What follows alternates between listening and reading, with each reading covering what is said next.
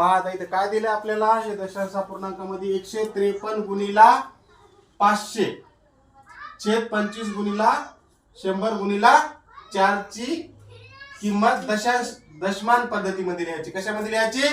दशमान पद्धतीमध्ये. आता काय याच्यामध्ये जागच्या जागेवर कटून जाते बघा.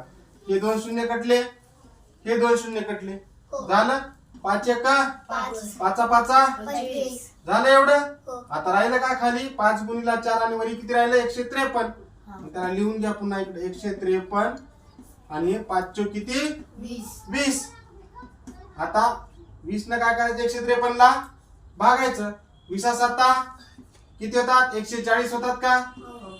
मग 153 मधून 140 गेले किती राहिले 13 राहिले बरोबर. 13 ला भाग जाते का नाही जात. भाग जायला गेले आपण काय करत असतो दशांश देतो. दशांश दिला की इकडे शून्य वाढवता येते बरोबर का नाही. मग 20 सक्का 120 पुन्हा 130 मधून 120 गेले किती राहिले 10. 10 ला भाग जातो का नाही. पुन्हा शून्य द्या कारण एकदा आपण दशांश दिलेला आहे बरोबर. मग 20 5 100 किती आलं आपलं उत्तर 7.5. जागच्या जागी कटते आलं का ध्यानामध्ये. काटाकाटी आपल्याला जमली पाहिजे.